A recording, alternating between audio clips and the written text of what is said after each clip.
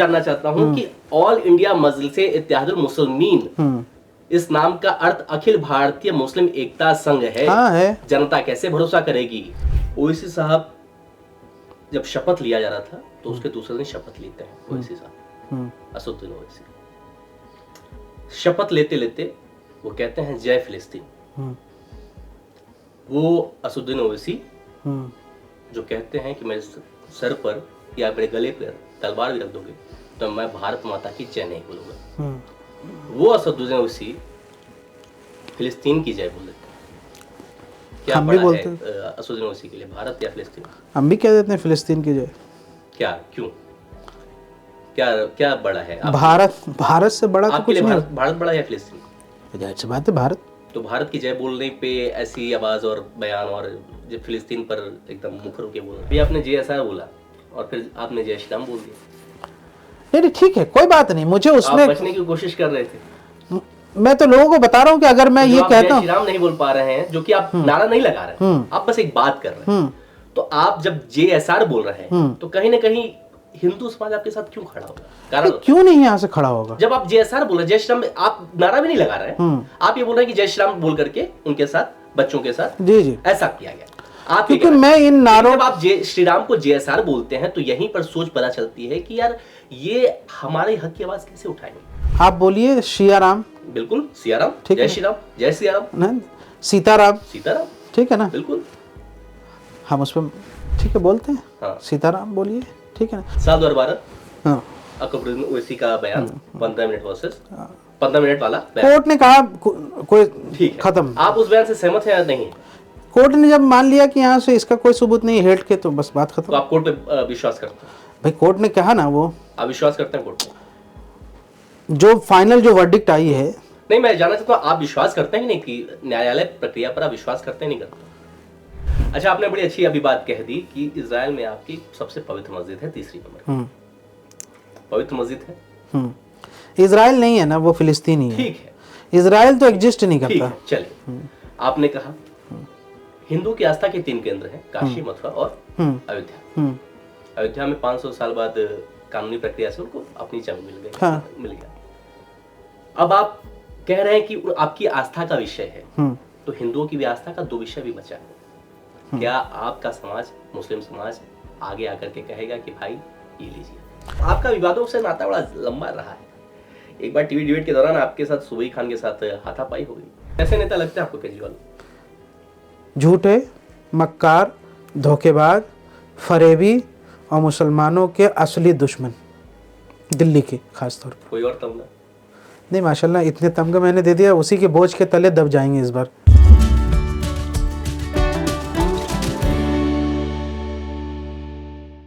नमस्कार, मैं हूं अंकित मिश्रा और आप देख रहे हैं स्टेट में हिंदी का पॉडकास्ट।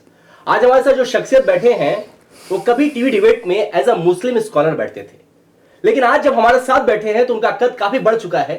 वो AIMIM के पार्टी से दिल्ली स्टेट के प्रेसिडेंट हैं, अध्यक्ष हैं। स्वागत करते हैं डॉक्टर शिवजमी का। स्वागत है सर। बहुत बहुत शुक्रिया साहब। सर, मुस्लिम स्कॉलर से लेकर के आज आप दिल्ली स्टेट के प्रेसिडेंट हैं AIM से। कैसी रही जर्नी, कैसे आना हुआ और कैसे एक स्कॉलर से नेता बन गए?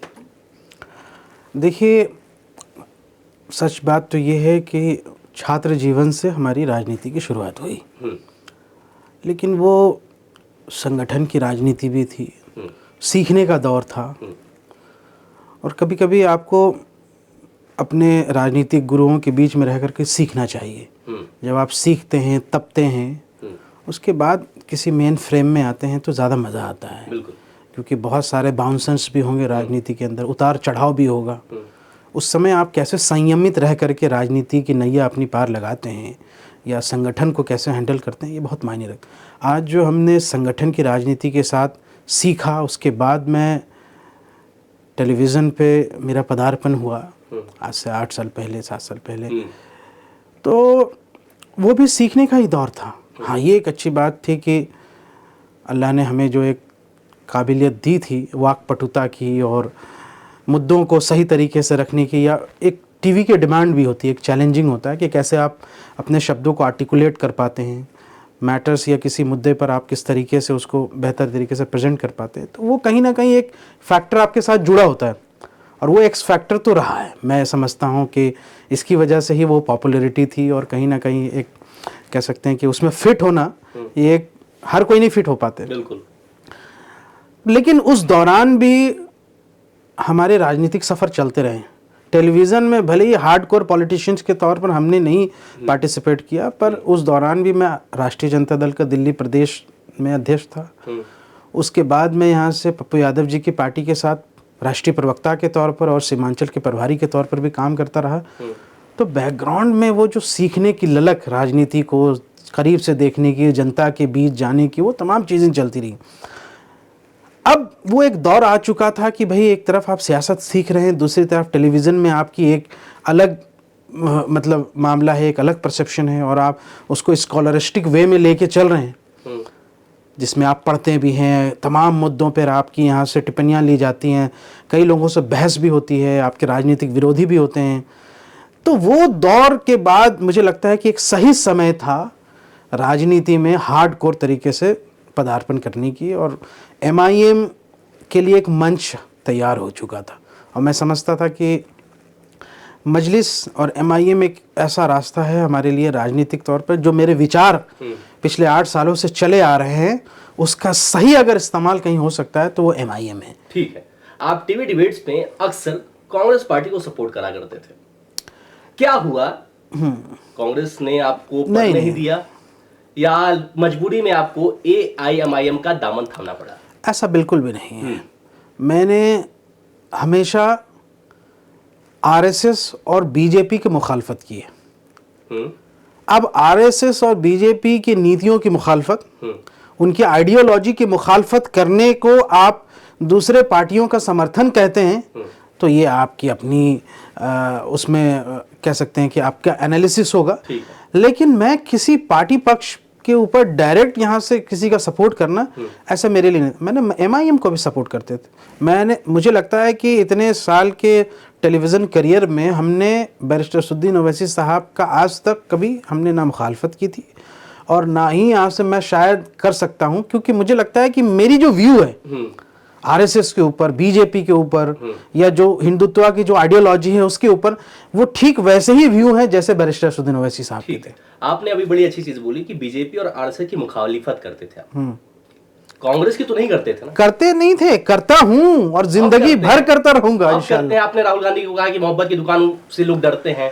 देखिए, अब आपने कहना शुरू किया ना, उससे पहले कांग्रेस, देखिए कांग्रेस को लेकर, देखिए कांग्रेस के प्रवक्ता बैठते थे, कांग्रेस की अलग बात थी।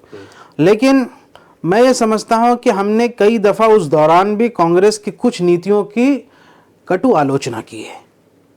पहले भी मैंने मलियाना के ऊपर बात रखने वाला मैं था, भागलपुर दंगे के ऊपर हमने रखे, बाबरी मस्जिद की जब डिबेट चल रही थी जिसमें ना जाने सैकड़ों डिबेट हमने राष्ट्रीय चैनल पे किए, तो मैं ही वो शख्स था जो बार बार इस बात को इंगित करता और बताता कि बाबरी मस्जिद का ताला किसने खुलवाया, शिलान्यास किसने करवाया, और उसमें नरसिम्हा राव जो कांग्रेस के लीडर थे, क्या उनका एक बहुत ही गलत रोल था। ये तमाम बातों को मैं उस वक्त से ही बताता रहा हूँ पब्लिक को, लोगों को, कि तो फिर ये आप कभी नहीं कह सकते कि मैंने कांग्रेस को ऐसे सपोर्ट किया जैसे कोई ब्लाइंड यहाँ से कोई सपोर्ट कर। भाई जाहिर सी बात है कि कुछ मामलों में ऐसा होगा, कुछ मामलों में आपने मुखालिफत की, कुछ मामलों नहीं की। हाँ, नहीं की, लेकिन आज भी मैं हर मामलों की मुखालफत ब्लाइंडली नहीं करता हूँ। लेकिन जहां मुद्दे मुझे ऐसे लग रहे हैं, आप शिमला में बताइए, शिमला के अंदर कौन इतनी नफरत की बयार बह रही थी। एक मस्जिद ही नहीं बल्कि एक छोटा सा मुद्दा, एक लड़के की लड़ाई को लेकर के दो समुदाय के बीच में लड़ाई हुई। समुदाय क्या, दो धर्म के लड़के थे, उसमें आपसी लड़ाई को वहाँ के स्थानीय जो हिंदुत्ववादी नेता हैं, जो खुद को नेता बनाना चाहते हैं, उन्होंने उसको मस्जिद तक पहुँचाया और संजौली का जो है मुद्दा उठा करके ये आप देख रहे थे नफरत। कौन सा कांग्रेस का कोई लीडर, चाहे इमरान प्रतापगढ़ी हो, चाहे राहुल गांधी हो या प्रियंका गांधी हो, आज तक वहां पहुंचा है और किसी ने मुसलमानों के हालचाल जानने के क्यों? सुखविंदर सिंह सुक्खू की सरकार आपकी, आपके लोग, आपके मंत्री सदन में खड़े होकर के ये कहता है कि यहां से हिमाचल प्रदेश का रहने वाला मुसलमान बांग्लादेशी है, रोहिंग्या है डेटा आपके पास। और आप उसके बाद उसको एक डेमोनाइज करके उसके खिलाफ माहौल बनाते हैं, तो यकीनन यहाँ से हम उस, अगर मैं MIM में नहीं भी होता तो मैं इसकी सख्त मुखालफत करता। मैं तो इस पे आपको एक्सपोज करता हूँ राहुल गांधी को। जिस वक्त मैं शिमला में गया, जिस वक्त मैंने संजौली मस्जिद में जाके वीडियो बनाई और मैंने इसको एक्सपोज किया कि क्या ये मामले हैं दरअसल, जिसको पूरी दुनिया ने देखा है, उस वक्त राहुल गांधी जी शिमला में अपने फार्म हाउस में बैठे थे। ठीक है, फार्म हाउस में बैठा हुआ जो शख्स शिमला में बैठा हो, उसको इतनी भी फुर्सत नहीं थी कि वो शिमला के मुसलमानों से जाके बातचीत करे। मुझे MIM को लोगों को जाने की क्या जरूरत है? शोएब जमई तो दिल्ली प्रदेश अध्यक्ष है, लेकिन मुझे जाने की जरूरत थी क्योंकि हमारी राजनीति की बाउंड्री यहाँ से सरहद तक नहीं है, पूरे देश के मुसलमानों की हम बात करते हैं। तो AIM का मकसद सिर्फ मुसलमानों तक है? यकीनन नहीं है, हमने दलितों के भी मुद्दे उठाए। देश के मुसलमानों की बात करते हैं भाई, हम यहाँ बात क्यों नहीं कर रहे हैं? क्यों नहीं बात करते? हर समाज अपने अपने लीडरशिप की तरफ बढ़ता है। ठीक है, काशीराम जी ने जब राजनीति की शुरुआत की तो उन्होंने यहाँ से बहुजन समाज के लिए शुरुआत की। तो जो ऊंची जाति के हिंदू थे उन्होंने यही तो कहा था कि भाई आप तो यहाँ से बांट रहे हैं। उन्होंने कहा कि यहाँ से बांट तो हमें बहुत पहले दिया था, मंदिर में हमें नहीं घुसने देते, घोड़ी हमें नहीं चढ़ने देते, अपने नल पे पानी हमें नहीं पीने देते, हमारी बस्तियां अलग, मलिन बस्तियां अलग होती है, दलित बस्तियां अलग होती हैं। काशीराम जी की जो राजनीति थी वो दलित थी, लेकिन आपकी राजनीति भी तो तय हो रही है कि आप मुस्लिम की राजनीति कर। तो उन्होंने जो राजनीति की, एक वोट से शुरुआत की और क्या कहा कि हम बहुजन समाज को आगे बढ़ाना चाहते हैं, और फिर वो उसकी सरकार भी बनी आगे चल के मायावती जी की। आज वो बहुत बड़े पोजीशन पर हैं, अच्छे पावरफुल पोजीशन पे। आज तो कोई उनको नहीं कहता कि यहाँ से कि आप एक वर्ग की राजनीति कर रहे हैं। लेकिन मेरे को बताइए, सतीश मिश्रा भी उसी पार्टी में है नहीं है? ठीक है, बिल्कुल है। ब्राह्मण है, बिल्कुल है, रिस्पेक्टेड पोजीशन पे है, राज्यसभा में है, बिल्कुल है। तो क्या मायावती जी को कभी कहा जाता है कि ये एंटी हिंदू है? नहीं, बिल्कुल नहीं। तो फिर असुद्दीन ओवैसी को क्यों कहा जाता है कि एंटी हिंदू है? नहीं, वहां पे वो आप कह रहे हैं कि वो दलित की राजनीति करती हैं, आप करती नहीं करती हैं। तो हम अगर मुस्लिम की राजनीति करते हैं तो क्या हम सबको साथ लेके नहीं चलते? आपने कहा मैं मुसलमानों को लेकर के साथ चलना चाहता हूँ भाई, हम लेकर के क्यों आप शोएब जमई हिंदुओं के साथ क्यों नहीं चलना चाहते? ये आपको तय करना है कि हम क्या लेके चलना चाहते हैं। हम तो चलना चाहते हैं। हमारा पूरा कंसर्न इस बात का है कि मुसलमानों के साथ हमारे दलित, OBC, दबे कुचले, आदिवासी, जिसको आप हिंदू नहीं मानते क्या? मेरे को एक बात बताइए, दलित हमारे लीडर, कॉर्पोरेटर हमारे दलित, आप उसको हिंदू नहीं मानते? तो आप हिंदू ही बोलते हैं, दलित क्यों बोल रहे हैं? नहीं, आप उसको हिंदू मानते नहीं? क्यों कर रहे हैं आप? हिंदू तो हिंदू हो गया, जैसे मायावती ने अलग किया है, तो वो उनकी राजनीति, आप कह रहे हैं हमारी भी यही राजनीति है, उनकी राजनीति का वो हिस्सा है। मुझे जस्टिफिकेशन करने की जरूरत नहीं, हमारी राजनीति है। आप हिंदू बोल रहे सीधे कि मैं हिंदू के साथ रहना चाहता हूं। मैं मानता हूं दलित हिंदू नहीं है। क्यों मानते? कि आप ऐसे निष्कर्ष पे कैसे पहुंचे? ये बाबा साहब अम्बेडकर को पढ़ के। दलितों से बात की? कितने दलितों से? बिल्कुल। क्या आपके पास क्या खड़ा है? मैं तो बाबा साहब अम्बेडकर को पढ़ता हूँ। ठीक है, क्या वो अपने आप को हिंदू से अलग कर रहे हैं? अलग कर दिया?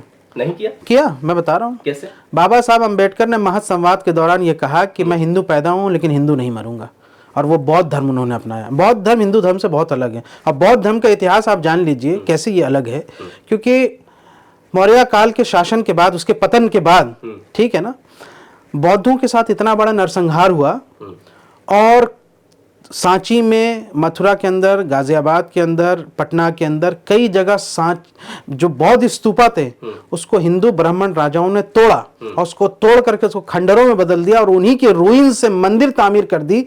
आज वो देश की बड़ी बड़ी प्रसिद्ध मंदिरें हैं। इसलिए मैं कहता हूं कि खुदाई पे ज्यादा मत जाओ। अगर बौद्धों ने खोदना शुरू कर दिया तो बहुत चीजें वापस करनी पड़ेगी। इसे इतिहास को जानिए।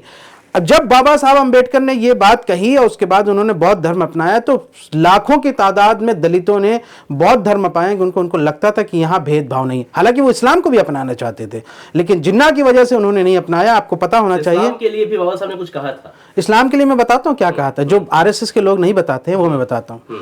एक बहिष्कृत भारत करके वीकली बाई वीकली मराठी में उनकी छपती थी महाराष्ट्र के अंदर। बाबा साहब अम्बेडकर जी खास तौर पर उसमें एक कॉलम हर आर्टिकल में, हमें हर पब्लिकेशंस में वो इस्लाम के ऊपर लिखते थे, उसकी तारीफ पर, इस्लाम की खूबियों के ऊपर। 8 सालों तक उन्होंने ऐसा किया है। और आपको पता है बाबा साहब अम्बेडकर से पहले जब सावित्री बाई फुले, ये जो हम कहते हैं ना कि जय भीम जय मीम का नारा क्या है, सावित्री बाई फुले दलित समाज से जो आती हैं, जब उन्होंने चाहा कि हम टीचर बने, हम पढ़ाएं अपने लोगों को और हम आगे बढ़ें, तो मनुवादी ताकतों ने ही उनको रोका। वो कौन थे? फिर जब वो दलित और हिंदू अलग नहीं है तो फिर उनको क्यों रोका गया? उनके साथ क्या ज्यादती की गई? और उसका साथ किसने दिया? फातिमा सना शेख ने, जो उनकी सहेली थी, उसके भाई ने दिया।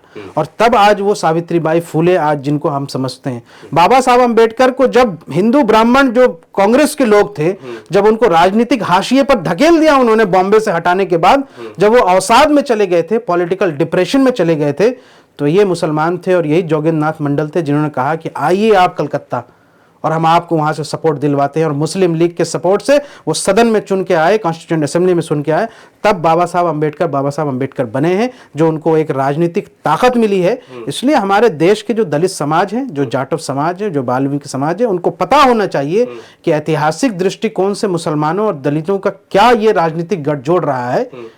मैं इसी पर फख्र करता हूं, ये हमारा इतिहास है। इसलिए मैं तो हमेशा मानता हूं कि ये दो अलग अलग चीजें हैं। अगर आप उनको एक मानते तो शायद बहुजन समाज को अपनी अलग से राजनीतिक बयार बनाने की या अलग राजनीतिक धारा बनाने की जरूरत नहीं पड़ती। अम्बेडकर जी ने इस्लाम में भी बहुत कुछ कहा है, आप पढ़िएगा। दूसरा चीज, आप जिस संजुली मस्जिद की बात कर रहे हैं, वहां पर आप जाते हैं और विवाद हो जाता है। वहां पर आप जाकर के भाषण देते हैं, वीडियो बनाते हैं और वायरल होता है। वहीं के बाद मौलवी आते हैं, उनको वो कहते हैं कि मुझे पता ही नहीं था कि कहाँ किस पार्टी के हैं, क्यों आए हैं, दोबारा इनकी एंट्री बैन है यहाँ पे। तो आपके वो मौलवी साहब ही आपको दरकिनार करके साइड में कर रहे हैं और आप वहीं का पक्ष ले रहे हैं। हकीकत बात यह है कि हमें ले जाने वाले भी वही लोग थे। तो वो तो अभी मना कर रहे हैं, वो कह रहे हैं कि आप वहां की शहर की आबो हवा खराब कर रहे हैं, वहां पे आप दंगा फैलाने का काम कर रहे हैं। राजनीतिक दबाव भी कुछ चीज होती है ना। अगर सीएम के ऑफिस से, कमिश्नर के ऑफिस से दबाव आ जाए कि भाई अपने आप को किनारा कर लीजिए, तो क्या करेंगे? उन्होंने तो ये भी कहा कि आसपास के जो है वो नक्शे पास हैं। नहीं, बिल्कुल नहीं है, ये कहा है उन्होंने ही हमें ये बताया कि यहाँ से कि उन्होंने क्या, पूरे वहाँ के जो हमारे वामपंथ के लीडर थे, जो हिंदू लीडर्स भी थे वहाँ पे, उन्होंने हमें बताया। ये मुझे कैसे पता चलता? मेरे पास तो कोई नजूमी का यहाँ से ज्ञान तो है नहीं। उन्होंने हमें डेटा दिया है। आपने कहा कि आसपास के 4 और इलाकों के 4 मंजिले मकान नहीं दिखते हैं। मैं बता रहा हूँ इसलिए क्योंकि डेटा उन्होंने दिया कि शिमला में अभी भी जाइए, आरटीआई लगाइए और ये पता कीजिए, शिमला म्युनिसिपल कॉर्पोरेशन में 7,000 ऐसे मामले लंबित हैं जो यहाँ से हाइट से ऊपर की चीजें हैं। वहाँ पे G4 मतलब जो है ग्रीन 1 ग्रीन 2 करके ऐसे जोन बने हुए हैं, जिसमें 3.5 मंजिल है, 2.5 मंजिल है, अलग अलग मतलब ग्रीन ट्रिब्यूनल के हिसाब से बने हुए हैं। मतलब वहाँ पे लगभग 1200 ऐसे होटल हैं जिन्होंने इन्वायरमेंटल रूल्स की धज्जियां उड़ाते हुए, हाइट की रूल्स की धज्जियां उड़ाते हुए उन्होंने होटल बना रखे हैं। और वो सब मामले शिमला म्युनिसिपल कॉर्पोरेशन में लंबित हैं। लेकिन जो मामला सबसे नजदीक का था, पेंडिंग का था, उस पर शिमला म्युनिसिपल कॉर्पोरेशन कह रही है कि हम इस पे जो है अभी वर्डिक्ट देंगे। बाकी मामलों में वर्डिक्ट क्यों नहीं दे रहे? क्यों? क्योंकि वो जो होटल्स हैं, जो बिल्डिंग्स हैं, जिसको मैंने दिखाया उन तस्वीरों में, वो ज्यादातर भारतीय जनता पार्टी और लोकल कांग्रेस लीडर्स के हैं, जिन्होंने नॉर्म्स को फ्लॉज किया।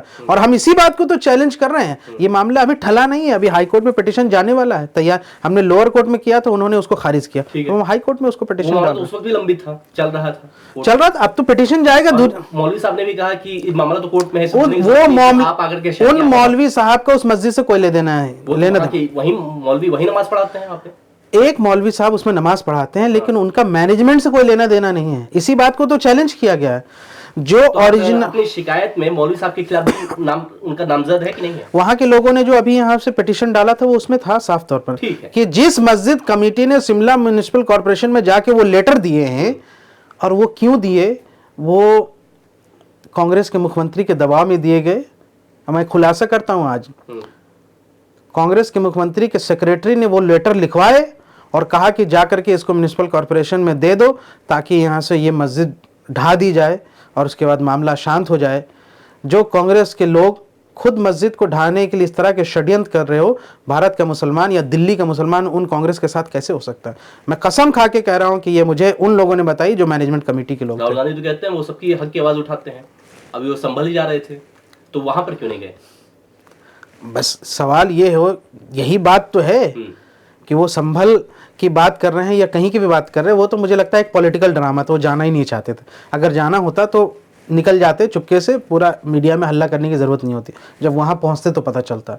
लेकिन जब जिसको पॉलिटिकल ड्रामा करना होता है ना, उसकी पीआर टीम पहले से तैयारी करती है। तो मतलब समझ जाना एकदम ये ड्रामा। या it was political stunt, absolutely a political stunt. Rahul Gandhi को अगर कहीं जाना चाहिए तो शिमला जाना चाहिए। राहुल गांधी को कहीं जाना चाहिए, वो गए थे शिमला, लेकिन वो फार्म हाउस में रुके रहे, हेलीकॉप्टर से गए, वापस हेलीकॉप्टर से 3 दिन के बाद, वहाँ के लोकल अखबारों में ये रिकॉर्ड में मैंने रखा है, और आ गए। लेकिन ना वो शिमला के संजौली मस्जिद गए, ना वहाँ के मुसलमानों से बातचीत की जिनको रेहड़ी पटरियों वालों को भगाया जा रहा था। आपको पता है 3300 मुस्लिम परिवार शिमला से भाग गया डर की वजह से। वो कौन थे? वो कोई रोहिंग्या बांग्लादेशी थे? वो यही शाहजहांपुर के लोग थे, वो ये उत्तर प्रदेश के लोग थे, जिसको योगी जी का प्रदेश कहा जाता है। क्यों नहीं आवाज उठाते? भारतीय जनता पार्टी के मुख्यमंत्री जो पूर्व थे, उन्होंने कहा शोएब जमई को गिरफ्तार करो, इनके आने से माहौल खराब हो गया। इसकी देखा देखी वहां का मंत्री कांग्रेस का कह रहा है कि भाई शोएब जमई को गिरफ्तार करो। AIMIM 19 जनवरी 1990 की भी आवाज उठाती कि नहीं उठाती? कश्मीरी पंडितों का इतना बड़ा नरसंहार हुआ, उसके बाद यकीनन। और हमने साफ तौर पर कहा है कि उस वक्त के जो गवर्नर जगमोहन साहब थे, उनका क्या रोल था, और उस वक्त की यहाँ से भारतीय जनता पार्टी की यहाँ से जो लीडर्स थे, उनका क्या रोल था। इसकी निष्पक्षता से जांच हो तो पता चल जाएगा आपको कि किनके इशारे पर उनका ये यहाँ से उसके साथ उत्पीड़न का मामला हुआ। दिक्कत यह है ना सूरज जी, जब आप बात करते हैं संजौली मस्जिद की, तो आप बात नहीं करना चाहते हैं कश्मीरी पंडितों की। नहीं, मैं बात करना चाहता हूँ। नहीं, तो आपने वहां पर जाकर के दाखिल किया, लेकिन जब यहाँ पर बात है तो आपने कोई कानूनी कार्रवाई की? आप इतने बड़े पार्टी के शीर्ष स्थान पर है, पद पर है, आप भी कुछ अगर 1990 में मैं उस पोजीशन में होता, अब तो मामले लंबित हैं। लंबित क्या, अब तो यहाँ से उनको वापस से बसाया जा रहा है। जो उस वक्त तो लोग, पहले सुशील पंडित थे, उन्होंने कहा कि अभी तक हमारी कोई वापसी नहीं हुई। तो ये भारतीय जनता पार्टी इसका जवाब दे। तो 10 सालों से भारतीय जनता पार्टी ही क्यों वो बात करे? क्योंकि वादा उन्होंने किया। 10 सालों से केंद्र में सरकार उनकी है। बिल्कुल सही बात। महबूबा मुफ्ती के साथ सरकार उन्हीं की थी। बात है। उसके बाद स्टेट हुड का तो अभी मिला, वो भी हाफ। अभी इतने सालों से जो है, जब से यहाँ से आर्टिकल 370 का खत्म हुआ है, उसके बाद से तो यहाँ से वहाँ भारतीय जनता पार्टी का डायरेक्ट रोल है। फिर क्यों नहीं बसाया आपने? यही कश्मीरी पंडित जिनको आप एजेंडा बनाते हैं, हमारे शाहीन बाग आंदोलन के दौरान मंच पर आए और उन्होंने कहा कि पिछले 30 सालों से 5 लाख कश्मीरी पंडित दर दर की ठोकरें खाए, वो अपने घर नहीं जा सके। ये सवाल 10 सालों से भारतीय जनता पार्टी जो केंद्र की सत्ता में बैठी है, जो कांग्रेस जो कश्मीर के अंदर इतने सालों से बैठी रही, उनसे क्यों नहीं सवाल करते? बिल्कुल करना चाहता हूँ, लेकिन शाहीन बाग के पास जब आए तो वो 2020 था। हाँ। 2020 में शोएब जमई 4 साल, आज तक आपने क्या किया? खुद क्या किया? बहुत कुछ। AIMM का फुल फॉर्म क्या है? ऑल इंडिया मजलिस इत्तेहादुल मुस्लिमीन। इसका अर्थ क्या है? हिंदी में बताऊं मैं? अखिल भारतीय मुस्लिम एकता संघ, ये है इसका हिंदी अर्थ। अखिल भारतीय मुस्लिम एकता संघ। जब पार्टी का नाम ही ये है, तो उसमें तो मुस्लिम एकता की बात हो रही है। कोई दूसरे धर्म के व्यक्ति इस पर भरोसा कैसे करे? वो कैसे समझेगा कि इस पार्टी से जुड़ने के बाद मेरा उत्थान होगा, विकास होगा? कैसे आप अपने वोटर्स को समझाएंगे? ऐसे ही होगा जैसे शिवसेना के साथ आज महाराष्ट्र का मुसलमान उनको वोट दे रहा है। शिवसेना पे हिंदू तो नहीं लिखा है। नहीं, शिवसेना तो पूरी तरह से धार्मिक। AIMIM ऑल इंडिया मजलिस इत्तेहादुल मुस्लिमीन, अखिल भारतीय मुस्लिम एकता संघ, मुस्लिम एकता। एक होता है लेबल, एक होता है काम। लेबल चिपका लीजिए आप ब्रांडेड चीज़ों का, और अंदर से निकले नकली माल। यही भारतीय जनता पार्टी और लोगों का काम है, कांग्रेस का भी। लेबल तो उन्होंने रख रखा है बड़ा सेकुलर। बीजेपी ने लेबल बना लिया उसका कि मैं तो जी सबका साथ सबका विकास, लेकिन अंदर से घोर मुस्लिम के खिलाफ नफरत करने वाले, तमाम मुसलमानों को गालियां देने वाले लीडर्स को यहाँ से वो प्राइज देते हैं, इनाम देते हैं, उनको प्रमोशंस देते हैं, उनको बड़े लीडर बनाते हैं। कांग्रेस में भी यही चलन है। जो जितना यहाँ से घोर मुस्लिम के खिलाफ चल रहा है, जो जितना बड़ा ब्राह्मण होगा, जो जितना यहाँ से अंदर से मुसलमानों से नफरत करता होगा, कांग्रेस उसको प्रमोट करती है और आगे बढ़ाती है। यही काम। लेबल अलग है, काम अलग है। MIM के यहाँ से आप उसके नाम पर जाए या काम पर जाएं तो आप देख लेंगे कि हमारे यहाँ से लोग, दलित समाज के लोग, हिंदू समाज के लोग भी कॉरपोरेटर हैं, उनको भी टिकट दिया जाता है विधायक के चुनाव के लिए, लोकसभा के चुनाव के लिए। मेरे को एक बता दीजिए, भारतीय जनता पार्टी ने कितने लोगों को टिकट दिया लोकसभा चुनाव में? बिल्कुल दिया है। किसको दिया? कई लोगों को दिया है। एक भी अलग बात है। अभी तो उन्होंने जम्मू कश्मीर, लगभग कश्मीर प्रांत से सारे जितने थे मुस्लिम, मैं लोकसभा की बात कर रहा हूँ। लोकसभा में उतारा जाता है। शहनवाज हुसैन को कई बार उतारा गया है। कहाँ उतारा गया? कई बार उतारा गया उनके है। टिकट तो राज्यसभा से काट सांसद उनको बनाया पिछले 2 बार से काट दिया गया ना। दिया ना, दिया। एक वाजपेयी के समय में ही अब्दुल कलाम जी वो बने थे। एक शहनवाज हुसैन के बुनियाद पर आप कितने सालों तक उसके रोटी? मुख्तार अब्बास नकवी भी ले लीजिए। मुख्तार अब्बास नकवी का तो टिकट काट दिया। दिया है कि नहीं दिया, ये बताइए। मंत्री रहे कि नहीं रहे पार्टी में? ये मेरे को बताइए, वो दिया है या फिर यहाँ से वो 1990 के आंदोलन से जुड़ करके साथ बीजेपी, उस दौर में वो बीजेपी के साथ जुड़े जब कोई मुसलमान उनके साथ जुड़ना नहीं चाहता था, जब घोर उनके खिलाफ नफरत का एक माहौल चल रहा था, तो उनको तो यहाँ से आना ही था। ये सब वो उस वक्त के दौर के नेता हैं जो मोदी जी के एरा से पहले के नेता हैं। आप बताइए मोदी जी ने किस मुस्लिम लीडर को खड़ा किया? मुझे ये बताइए ना। नहीं, आप बताइए ना। ये नितिन गडकरी के दौर के वो नेता हैं जो उनके साथ हुआ करते थे। मोदी जी और अमित शाह के दौर में कौन सा मुस्लिम लीडर को प्रोमिनेंस तक पहुंचाया गया? मैं आगे ये सवाल पूछूंगा, लेकिन आप मुझे मैं उनसे पूछूंगा। आप उनसे पूछिएगा, आप मत पूछिए ना, मैं जनता से पूछ रहा हूँ। मैं आपसे जानना चाहता हूँ कि ऑल इंडिया मजलिसे इत्तेहादुल मुस्लिमीन, इस नाम का अर्थ अखिल भारतीय मुस्लिम एकता संघ है। हाँ है। जनता कैसे भरोसा करेगी? कर रही है। मुस्लिम की बात कर रहे हैं, कर रही है ना। आप अब बात कर रहे हैं दलित की और हिंदू को अलग कर रहे हैं, तो चलिए मैं ये भी बात लेता कर हूं। दलित और हिंदू मुस्लिम का अलग मतलब कर क्या रहे होता है? हाँ? मुस्लिम का मतलब क्या अब होता आप बताएं, आपसे अच्छा कौन बता पाएगा? है? मुस्लिम का मतलब ये है कि जो हक और इंसाफ और सच्चाई के साथ चले। ठीक है, ठीक है ना। ठीक है। जो भी हिंदू यहाँ से हक इंसाफ और सच्चाई के साथ चलेगा उसको भी मुस्लिम कहा जा सकता है। ठीक है, ये आप कह रहे हैं। अभी बताइए, हम चलते हैं 1932 में। नेशनल कॉन्फ्रेंस, जो आज जम्मू कश्मीर नेशनल कॉन्फ्रेंस है, शेख अब्दुल्ला की पार्टी जो बनाई गई थी, वो उस वक्त थी मुस्लिम कॉन्फ्रेंस 1932 में। 1939 में उसका नाम बदल करके कर दिया गया नेशनल कॉन्फ्रेंस। ठीक है, तो जब वो बदल सकते हैं तो आप क्यों नहीं? हम नहीं बदल सकते। क्यों? भाई हमारी ये राजनीति है, हमारी आइडियोलॉजी किस मोड़ पे जाती है? मुसलमानों की आवाज उठाने की पे जाती है या सिर्फ मुसलमानों की आवाज पे? नहीं, हमारी राजनीति वैसी जाती है जैसे काशीराम की है। ठीक है, कि जैसे उन्होंने बहुजन समाज को लेकर, बहुजन पार्टी है ना ये, बीएसपी क्या है, एक कोई उसमें मुस्लिम हिंदू तो नहीं लिखा, बहुजन की लिखी है, बात उन्हीं उसी समाज की है, लेकिन लेके मुसलमानों को भी टिकट देते हैं, ब्राह्मण को भी टिकट देते हैं, यादव भी उनके साथ नेता है। आप सपोर्ट करते हैं बीएसपी को? नहीं, मैं काशीराम जी, बीजेपी की तो खिलाफत कर रहे हैं, बीएसपी को सपोर्ट करते हैं। बीएसपी की बात अलग है। मैं तो काशीराम जी के उस पॉलिटिकल आइडियोलॉजी का समर्थन करता हूँ, और काशीराम जी ने जिस तरीके से अपने समाज के मुद्दे को लेकर आगे बढ़े हैं और उनकी आलोचना भी हुई और वो कामयाब भी हुई, ठीक वैसे हमारी आलोचना हो सकती है, लेकिन हम कामयाब भी हैं। दिल्ली चुनाव में हिंदू वोटर को कैसे आकर्षित करेंगे शिवजी में? हमारे यहाँ राजीव प्रियदर्शी जी हमारी स्टेट के एडवाइजरी बॉडी के हिस्सा हैं, प्रवक्ता हैं। एम्स के मशहूर कार्डियोलॉजिस्ट डॉक्टर राहुल राम टेके हमारे SC ST प्रकोष्ठ के प्रदेश अध्यक्ष हैं। हम इस दिल्ली के चुनाव में हिंदू भाइयों को भी टिकट दे रहे हैं।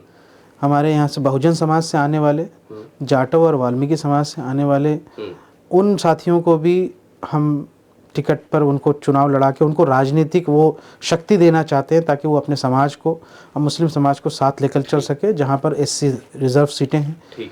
ये दिल्ली के अंदर कौन कर रही है? MIM कर रही है। भारतीय जनता पार्टी से पूछ लीजिए वो कितने मुसलमान लोगों को टिकट देंगे। ठीक, मैं पूछूंगा। जरूर बताइए, 18वीं लोकसभा का चुनाव हुआ, बड़ा ही खूबसूरत चुनाव हुआ, विपक्षी मजबूत हो गया। ओवैसी साहब जब शपथ लिया जा रहा था तो उसके दूसरे दिन शपथ लेते हैं ओवैसी साहब, असदुद्दीन ओवैसी। शपथ लेते लेते वो कहते हैं जय फिलिस्तीन। वो असदुद्दीन ओवैसी जो कहते हैं कि मेरे सर पर या मेरे गले पर तलवार भी रख दोगे तो मैं भारत माता की जय नहीं बोलूंगा। वो असदुद्दीन ओवैसी फिलिस्तीन की जय बोल देते हैं। क्या हम भी बड़ा बोलते है असदुद्दीन ओवैसी के लिए भारत या फिलिस्तीन? हम भी कह देते हैं फिलिस्तीन की जय। क्या, क्यों, क्या बड़ा है? भारत से बड़ा तो कुछ नहीं। भारत बड़ा है फिलिस्तीन? जाहिर सी बात है भारत। तो भारत की जय बोलने पे ऐसी आवाज और बयान और जो फिलिस्तीन पर एकदम मुख रोके बोलना, नहीं, कब हमने मना किया उसको? नहीं, आप हमारे लिए मतलब वो हमारी देशभक्ति के सर्टिफिकेट किससे चाहिए हमें? नहीं, बिल्कुल नहीं चाहिए, बिल्कुल नहीं चाहिए ना। मैं बस इतना फिलिस्तीन के लिए आवाज इसलिए उठाई गई है क्योंकि फिलिस्तीन इस वक्त सबसे मजलूम स्टेट है, मजलूम कौम है। बैरल बम और बमों से पूरी बस्तियां की बस्तियां तबाह कर दी गई। 70,000 से 80,000 के करीब बच्चों, औरतों, नौजवानों को मार दिया गया। ये वो दौर है जिस वक्त पूरी दुनिया फ़िलिस्तीन के साथ सॉलिडरिटी में खड़ी है और जालिम के जुल्म से बचाने के लिए, उसको इंगित करने के लिए, हाईलाइट करने के लिए ये हमने किया और हमें इस बात पर फ़ख्र है। जिस तरीके से पूरी दुनिया के बड़े बड़े देश फ़िलिस्तीन के साथ हेल फ़िलिस्तीन और कई तरह के नारों के साथ वो फ़िलिस्तीन की सॉलिडरिटी जता रहे हैं, हमारा ये फ़र्ज़ बनता था और हमारी पार्टी ने जय फ़िलिस्तीन के नारे के साथ जो है उनके साथ सॉलिडरिटी जताई। लेकिन अगर राष्ट्र के मुद्दे आएंगे, अगर राष्ट्र के बीच में टकराव होगा तो हमारे लिए प्रायोरिटी तो भारत है। तो ठीक है, जय भारत भी तो बोल सकते हैं। हाँ बिल्कुल बोल सकते हैं, बोल दिए जय भारत। आप तो बोल रहे हैं, आपसे तो कोई वो नहीं है, लेकिन वैसे साहब जैसा कहते हैं कि कोई यहाँ पर अगर रखा जाए तो फिर भी भारत माता की जय नहीं बोलूंगा। माता की जय बोलना और भारत की जय बोलना, भारत माता इट्स नेशन की बात हो रही है, भारत माता मत बोलिए, ठीक है, भारत तो बोल सकते हैं, भारत की जय। माता देखिए हमारे लिए तो मादरे वतन तो है ही, ठीक है, बहुत ठीक है ना, बहुत अच्छा। और हमें ये पता है कि जिस सरजमी पे हमारी पैदाइश हुई वो हमारी माँ की तरह है, ठीक है, हम इसको मानते हैं। हाँ। शब्दों का जो एक तालमेल है वो शायद मीडिया उसको सही से आर्टिकुलेट नहीं कर पाता है, ये एक अलग बात है, लेकिन मंशा की बात होती है। आप जिस मंशा से भारत माता की जय कहते हैं उसका मतलब होता है कि मैं उसको गॉड मानता हूँ और मैं उसकी पूजा और आराधना करता हूँ, आप उस मंशा से कह रहे हैं। हम ईश्वर परमात्मा और अल्लाह के अलावा किसी को गॉड नहीं मानते, हम एकम ब्रह्मा द्वितीय नास्ति किंचित नास्ति नास्ति पे बिलीव करते हैं, ठीक है ना, और हम यहाँ से ला इलाहा इल्लल्लाह मोहम्मद रसूलुल्लाह पे बिलीव करते हैं, ठीक है ना। इसी वजह से हमारी एक ईश्वरवाद में कहीं कोई यहाँ से कमी ना आए और एक ईश्वरवाद का जो हमारा जो एक इंटैक्ट हमारा ईमान है उसके अगेंस्ट में कोई भी नारा होगा और किसी भी यहाँ से इंटेंशन से होगा, हम उसको नहीं मानेंगे। ठीक है, भारत माता की जय नहीं बोल सकते, भारत की जय बोल सकते हैं कि नहीं बोल सकते? अरे नारे लगाने से अगर यहाँ से आप देशभक्त हो जाते तो बहुत सारे लोग यहाँ से आज पाकिस्तान की जासूसी करते हुए पकड़े जाते हैं, लेकिन वो इंडियन आर्मी में है, मुसलमान नहीं है। उनके नाम आप उठा करके दें, 150 500 रुपए का कोई भी नारे से वो लेना ही देना नहीं, लेकिन जब देशभक्ति का नारा लगा करके और उसके बाद लोगों को लूट लेना, उनकी घरें बर्बाद कर देना, उनको यहाँ से उनको बिल्कुल यहाँ से बेरोजगारी के ये पे छोड़ देना, ये देशभक्ति। असल देशभक्ति वो है जो देश के लोगों से बनता है। अगर लोग खुश नहीं है तो आपकी देशभक्ति को यहाँ से कोई मायने नहीं रखती। सवाल यही होता है कि जय फिलिस्तीन बोल सकते तो जय भारत भी बोल सकते हैं, इतना तो आदमी के लिए होता है, बोल सकते हैं, लेकिन अगर नहीं कहा जाता कि नहीं बोलेंगे तो वो नहीं, इस पर लगती है कि यार कि एक तरफ हम आपके कहने से नहीं बोलेंगे। नहीं, बिल्कुल मत बोलिए, लेकिन आप जिस तरीके से आरएसएस उसको प्रचार करती है, जिस तरीके से बीजेपी कहती है, जैसे कहते हैं ना कि तुम गर्दन पे छुरी रख के तो बुलाया जा रहा है ना, कि बोलो यहाँ से जेएसआर के नारे लगाए जाते हैं ना, गर्दन पे छुरी रख के। अभी छोटे छोटे बच्चों को रतलाम, ये मध्य प्रदेश के अंदर आपने देखा किसी जगह पे, छोटा सा बच्चा है 14 साल का 13 साल का, उसको जबरन मार मार के पीट पीट के उसको जय श्री राम। आपको क्या लगता है इससे हिंदुत्व का बहुत ज्यादा प्रचार प्रसार हो रहा है या उससे कोई अच्छी छवि बन रही है? अभी आपने जेएसआर बोला और फिर आपने जय श्री राम बोल दिया। नहीं ठीक है, कोई बात नहीं, मुझे उसमें बचने की कोशिश कर रहे थे। मैं तो लोगों को बता रहा हूँ कि अगर मैं ये कहता हूँ जय श्री राम नहीं बोल पा रहे हैं, जो कि आप नारा नहीं लगा रहे हैं, आप बस एक बात कर रहे हैं, तो आप जब जेएसआर बोल रहे हैं तो कहीं ना कहीं हिंदू समाज आपके साथ क्यों खड़ा होगा? कारण क्यों नहीं यहाँ से खड़ा होगा? जब आप जेएसआर बोल रहे हैं, जय श्री राम, आप नारा भी नहीं लगा रहे हैं, आप ये बोल रहे हैं कि जय श्री राम बोल करके उनके साथ बच्चों के साथ जी जी ऐसा किया गया। आप क्योंकि मैं इन नारों, जब आप जय श्री राम को जेएसआर बोलते हैं तो यहीं पर सोच पता चलती है कि यार ये हमारे हक की आवाज कैसे उठाएंगे, जब ये हमारे लिए बस ये नहीं बोल जिनके हक की हम आवाज उठा रहे हैं उन तक हम वोट मांगने जा रहे हैं। तो किसकी हक की आवाज उठाते हैं? ये पब्लिक को पता है। आप जेएसआर बोल रहे हैं, हम बोलेंगे। मैं तो ब्लंट हूँ इस पे, क्योंकि जिस आप मत बोलिए, नारा मत लगाइए, बिल्कुल। जिन नारों को आप एक राजनीतिक नारे के तौर पर इस्तेमाल करते हैं, आप बोलिए सिया राम, बिल्कुल सिया राम, जय श्री राम, जय सिया राम, सीताराम, सीताराम, ठीक है ना, बिल्कुल हम उस पर ठीक है बोलते हैं, हाँ। सीताराम बोलिए, ठीक है ना। लेकिन जिस नारे को आपने एक राजनीतिक हथियार बनाया है, मैं उसको प्रचलित करना नहीं चाहूँगा, क्योंकि उस नारे के पीछे छुप करके आपने राजनीतिक तौर पर देश में द्वेष भी फैलाया, देश में यहाँ से विध्वंस भी हुए हैं, बाबरी मस्जिद शहीद भी की गई, और उसी नारे के पीछे छुप करके आज जगह जगह मॉब लिंचिंग होती है, बच्चों को मारा जा रहा है, लड़कों को मारा जा रहा है, हिजाब पहनने वाली औरतों को परेशान किया जा रहा है, और कई बड़ी बड़ी घटनाएं, दंगे और ये किए जा रहे हैं। तो मैं इसको मैं समझता हूँ कि इससे हमें बचना चाहिए और कोई भी नारे को, धार्मिक नारे को राजनीतिक प्रचलन के लिए इस्तेमाल नहीं करना चाहिए। चलिए That's it। ठीक है। साल 2012 अकबरुद्दीन ओवैसी का बयान, 15 मिनट में पुलिस हटा दो, 25 करोड़ वर्सेस 100 करोड़। अभी आपकी डिबेट को हो गए 15 मिनट, ठीक है ना, लगभग 15 मिनट से ज़्यादा हो गए। सवाल सुन लिया, मैं समझ रहा हूँ। हाँ साल 2012 हाँ, अकबरुद्दीन ओवैसी का बयान 15 मिनट वर्सेस 15 मिनट वाला बयान। कोर्ट ने कहा कोई ठीक है, खत्म। आप उस बयान से सहमत हैं या नहीं? कोर्ट ने जब मान लिया कि यहाँ से इसका कोई सबूत नहीं हेट के, तो बस बात तो खत्म। आप कोर्ट पे विश्वास करते हैं? भाई कोर्ट ने कहा ना, वो आप विश्वास करते हैं कोर्ट पे? जो फाइनल जो वर्डिक्ट आई है। नहीं, मैं जानना चाहता हूँ आप विश्वास करते हैं कि नहीं, कि न्यायालय प्रक्रिया पर आप विश्वास करते हैं नहीं करते? मैं बिल्कुल विश्वास करता हूँ, लेकिन जिन यहाँ से मामलों में हमने हमेशा कहा कि Supreme Court is supreme but not infallible. जिन जैसे आप इस मामले में टीका टिप्पणी करेंगे कि अकबरुद्दीन ओवैसी साहब ने ऐसा कहा था, कोर्ट ने उसको निर्दोष करार दे दिया, ये कैसा कोर्ट है, और ये तमाम चीजें जिस पर आप टीका टिप्पणी कर सकते हैं, उसी तरीके से मैं कई लोअर कोर्ट के फैसले पर टीका टिप्पणी कर सकता हूँ। आपका अधिकार है, वो मेरा अधिकार है। ठीक है, आप टीका टिप्पणी कर सकते हैं। चलिए आपका वो जान लेते हैं, मत क्या है इस बयान पर? नहीं, मैं समझता हूँ कि ये सब एक जो राजनीतिक यहाँ से बयान होते हैं, ठीक है ना, राजनीतिक बयान को राजनीतिक तरीके से लिया जा सकता है। भाई इस तरह के राजनीतिक बयान भारतीय जनता पार्टी के लीडर्स को अगर यहाँ से उसको दिखाया जाए तो वो तो इससे ज़्यादा खतरनाक, वो सीधे सीधे मुस्लिम कौम को मारने की बात कर रहे हैं। किसने कहा? आप बताइए। राणे जो कह रहा है हम तुझे मस्जिद में घुस के मारेंगे, ये कौन सा बयान था? नहीं, बिल्कुल उनको बाहर कहा गया कि भाई आप गलत बोल रहे हैं ना, फिर टिकट तो उन्हीं को दिया गया ना। नहीं, मैं तो नहीं सपोर्ट कर रहा हूँ। टिकट तो उन्हीं को दिया गया ना। मैं सपोर्ट नहीं कर रहा। भारतीय जनता पार्टी मैं सपोर्ट नहीं कर रहा। आप सपोर्ट नहीं कर रहे ना, मैं सपोर्ट नहीं कर रहा। लेकिन भारतीय जनता पार्टी ने टिकट तो उन्हीं को दिया ना। तो आप पब्लिक उन्हीं को सपोर्ट कर रही है ना। चीज ये है कि आपसे जब हम प्रश्न पूछ रहे हैं तो आप उधर घुमा दे रहे हैं। हम घुमा नहीं दे रहे, हम आपको कंपैरेटिव एनालिसिस बता रहे हैं। क्यों?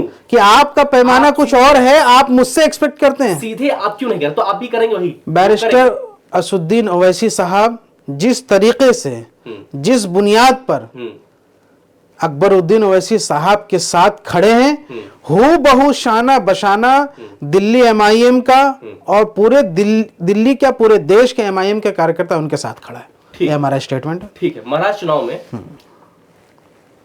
असुद्दीन ओवैसी जनसभा कर रहे थे, वो भी कहते हैं कि अरे 15 मिनट अभी बाकी है। हाँ, कोई गलत बात क्या? क्या हिंदुओं को चेतावनी दे रहे थे वो?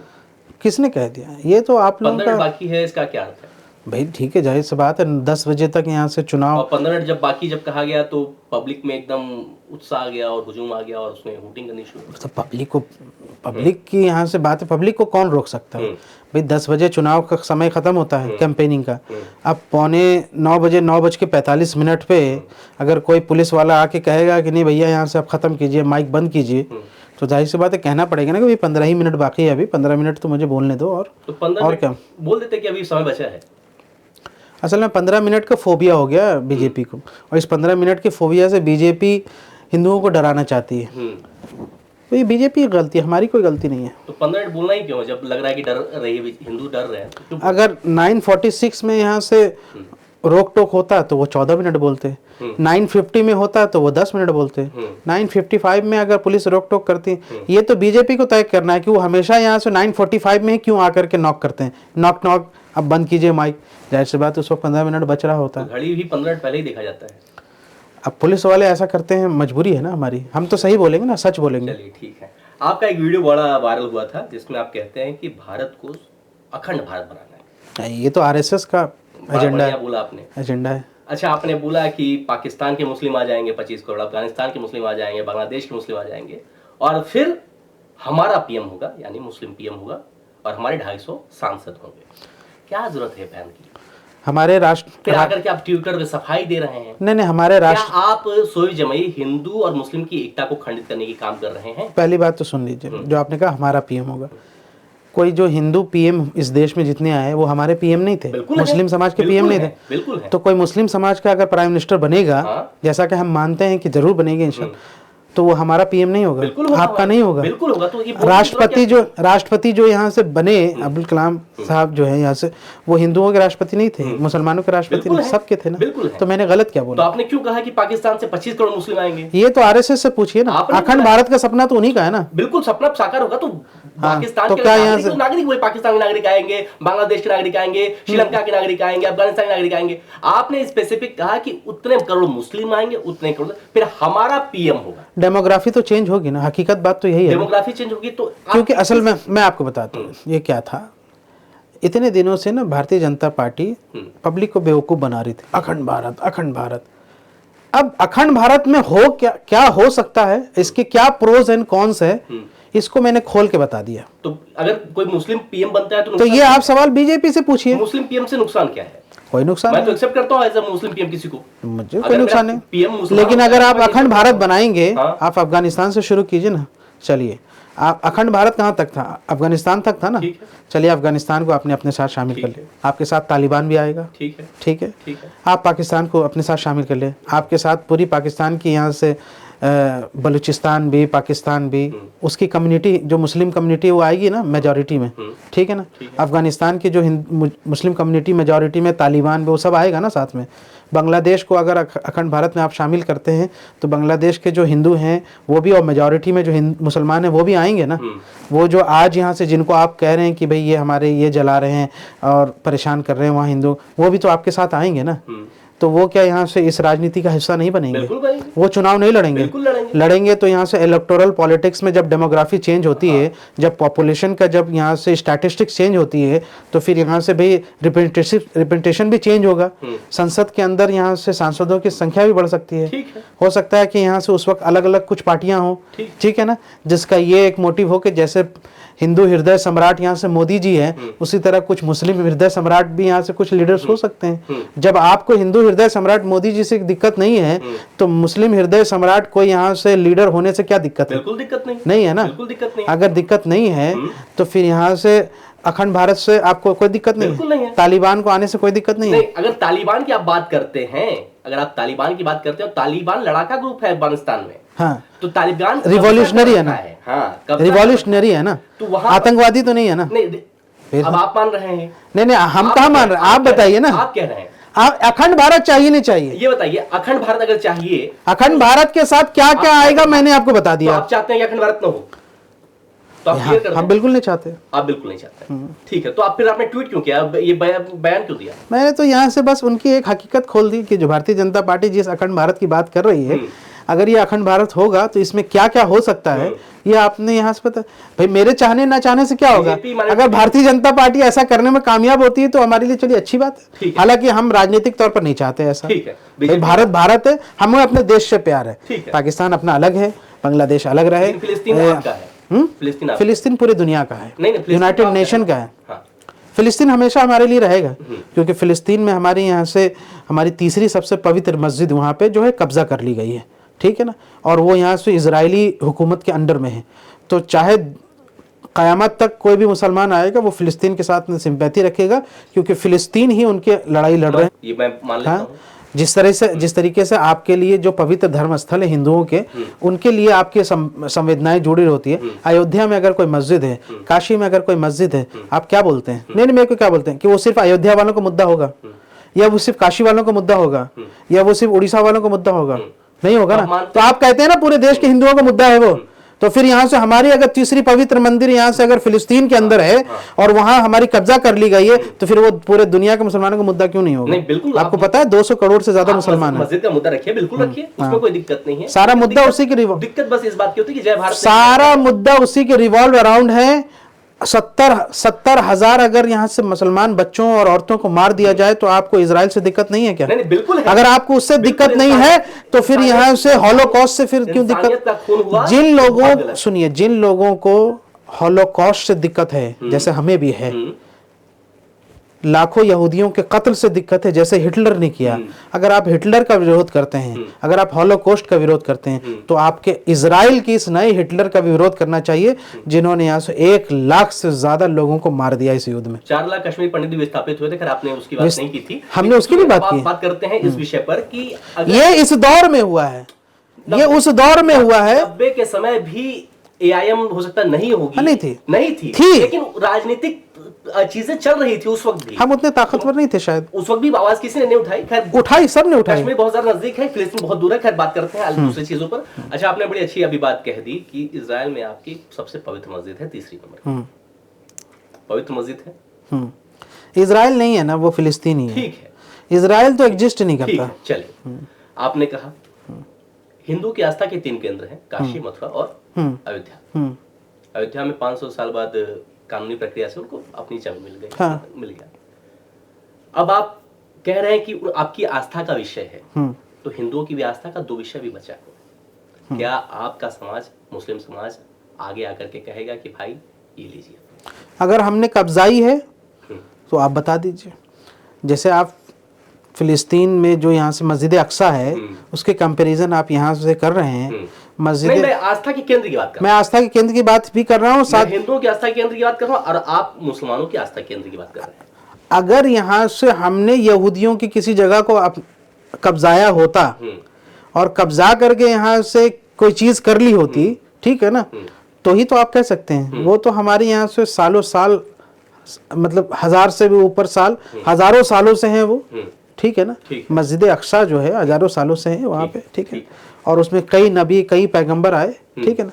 मुझे ये बता दीजिए कि यहाँ से ये जो बाबरी मस्जिद का जो मुद्दा था, जहाँ पे अब राम मंदिर तामीर की गई है, सुप्रीम कोर्ट तो खुद कहती है अपने वर्डिक्ट में कि भाई उसको मतलब तोड़ करके, मंदिर को तोड़ करके वहाँ मस्जिद बनाई गई, ऐसा कोई यहाँ से सबूत नहीं मिलता। हाँ, अवशेष जो मिले हैं वो कहाँ से आए, किस जमाने में आए, उन अवशेषों के बारे में कंक्लूसिव तौर पर ये एविडेंस नहीं कह सकती है कि भाई उसी वक्त में तोड़ करके उन्हीं रूइन से मस्जिद बनाई गई है, ऐसा कोई एविडेंस नहीं है। जब सुप्रीम कोर्ट अपने जजमेंट में ये कह रहा है और आस्था की बुनियाद पर एक फैसला दे रहा है, तो मैं कैसे मान लूं कि यहाँ से कि हिंदू राजाओं ने उस जगह को कब्जाया था। तो आप आस्था को नहीं विश्वास करते हैं? क्या बात करते हैं कि नहीं करते? कब्जाया था नहीं कब्जाया था ये मैटर है। विश्वास करते हैं नहीं करते?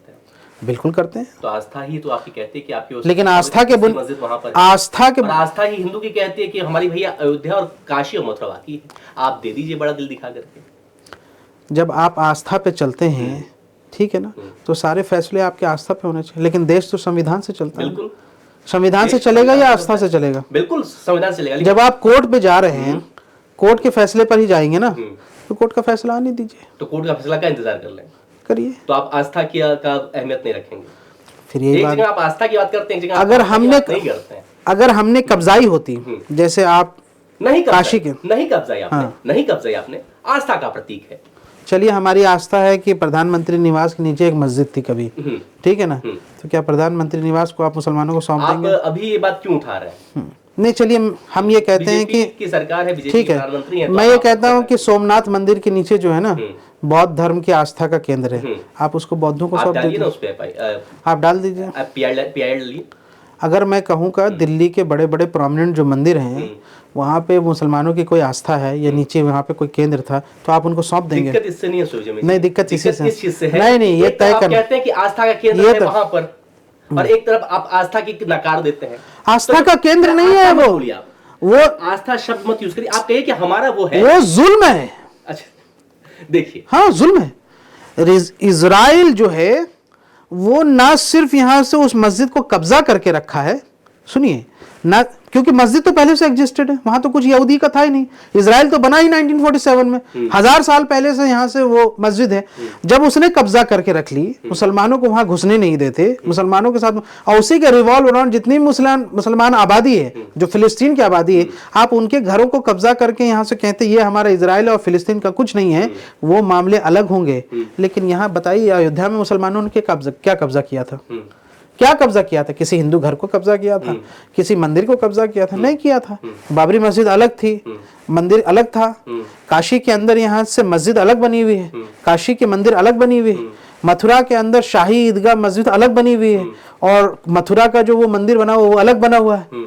तो फिर इसमें कब्जा क्या है बताओ? तो जहाँ पे मस्जिद बनी है वही तो दावा किया जा रहा है कि वहीं पर मंदिर है। नहीं, हाँ, यही तो दावा है, और क्या दावा है? यही दावा तो गलत है। ये तो आप कह रहे हैं। हाँ, अब तो कोर्ट पे जाइए, कोर्ट पे चल रहा है इसमें तो प्रूफ भी कह रहा हूँ कि बड़ा दल दिखाते हुए आप दिखा दे दीजिए। उसमें तो वो अलग कह ही नहीं रहे हैं, वो कह रहे हैं कि ये हमारी यहाँ पे क्या बोलते हैं, यहाँ पे मस्जिद कैसे बनी है, ठीक, एक ही परिसर में मस्जिद कैसे बनी है। ठीक है, उनका भी सवाल अगर है तो वो चीज आप कह दीजिए कि ठीक है भैया यार ये लीजिए आप लोग 2 मस्जिद रखिए, अरे 2 मस्जिद है हमारे पास, ये रखिए आप लोग, और आपको हम चाहे जितना अब आप करिए और कोई मुद्दा नहीं उठेगा।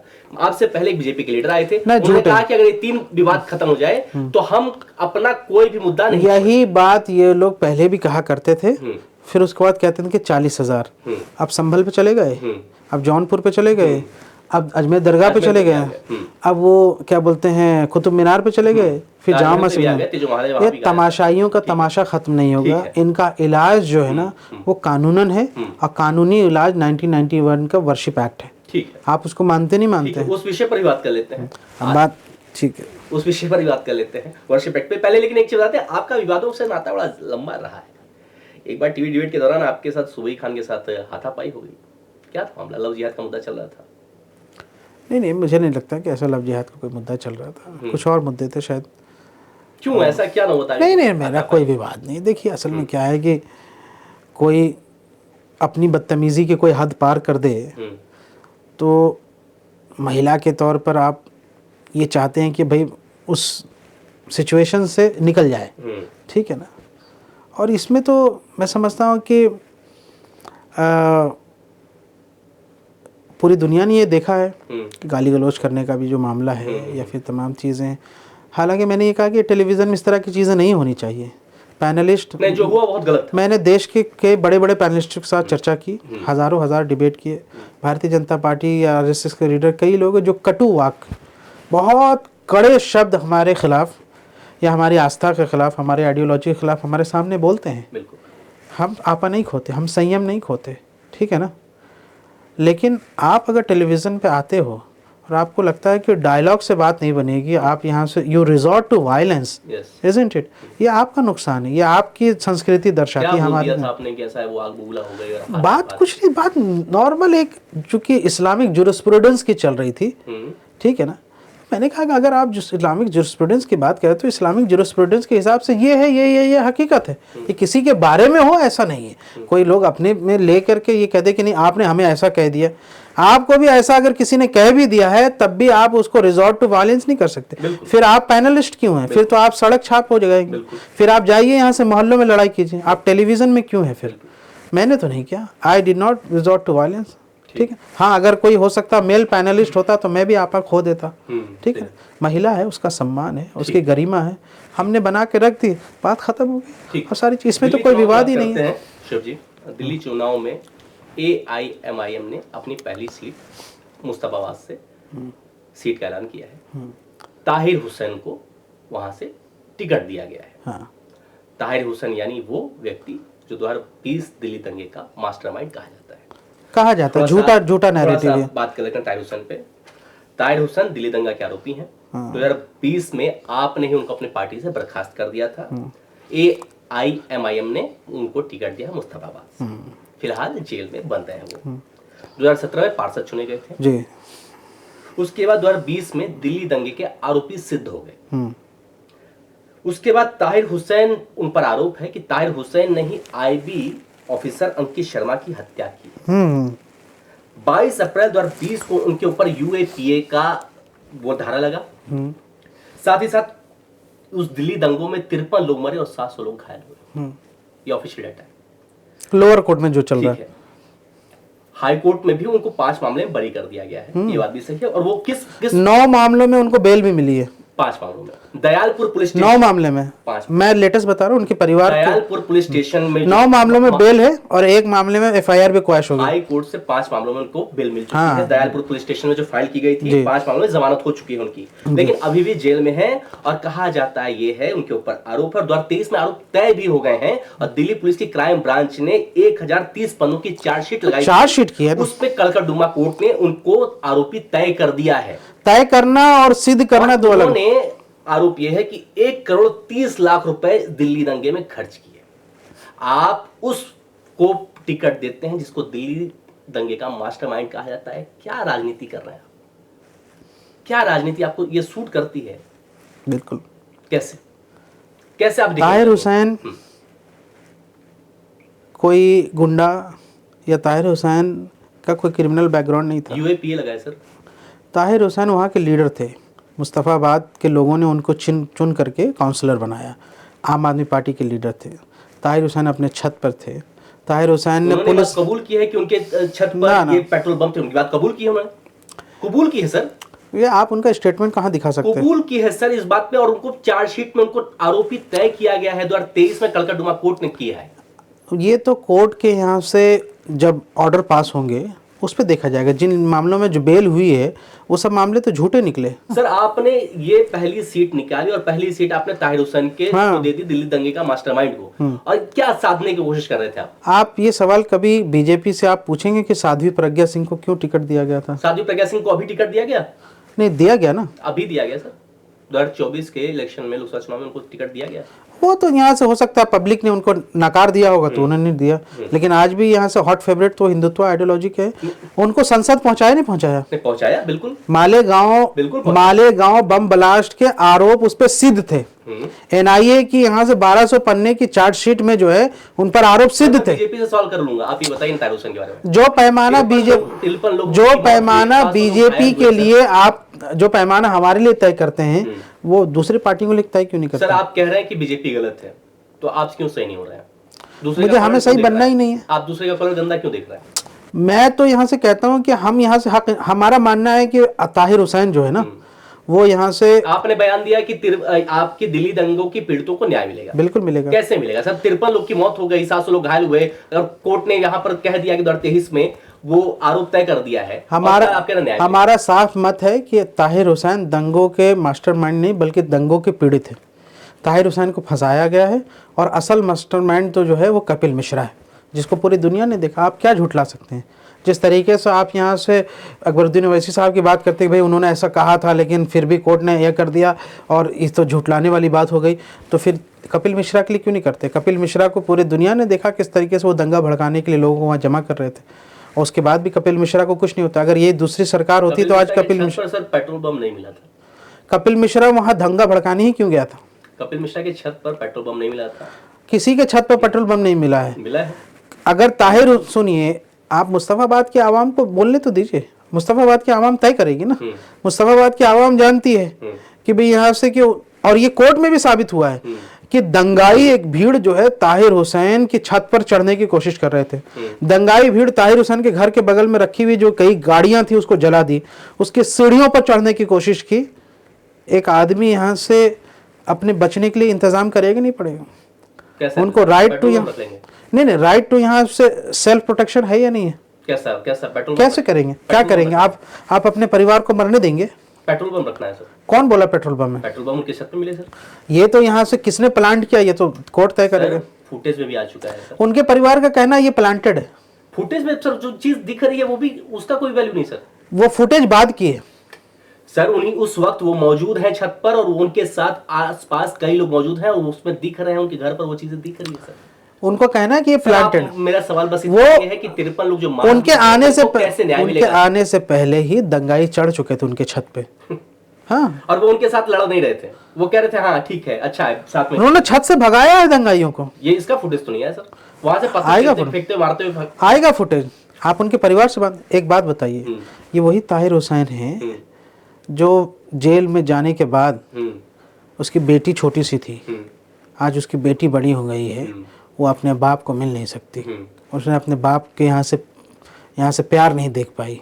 ठीक है, उस बच्ची से पूछिए, उनकी माँ से पूछिए कि ताहिर हुसैन अगर उस दिन यहाँ से, अगर वो छत पे चढ़ के वहाँ से दंगाइयों को ना भगाया होता, अगर ताहिर हुसैन उस दिन यहाँ से उस दिन अपने लोगों को ये ना कहता होता कि भाई इन दंगाइयों को रोकने की कोशिश करो, तो आज उनका परिवार नहीं होता। सर अंकित शर्मा का परिवार अब नहीं रहेगा, वो इसमें बहुत दर्द है। उनकी माँ से मैं गया था अंकित शर्मा के घर मैं गया था। हाँ, कैसा लगा? पूछिएगा उनकी माता जी से, उनके भाई से।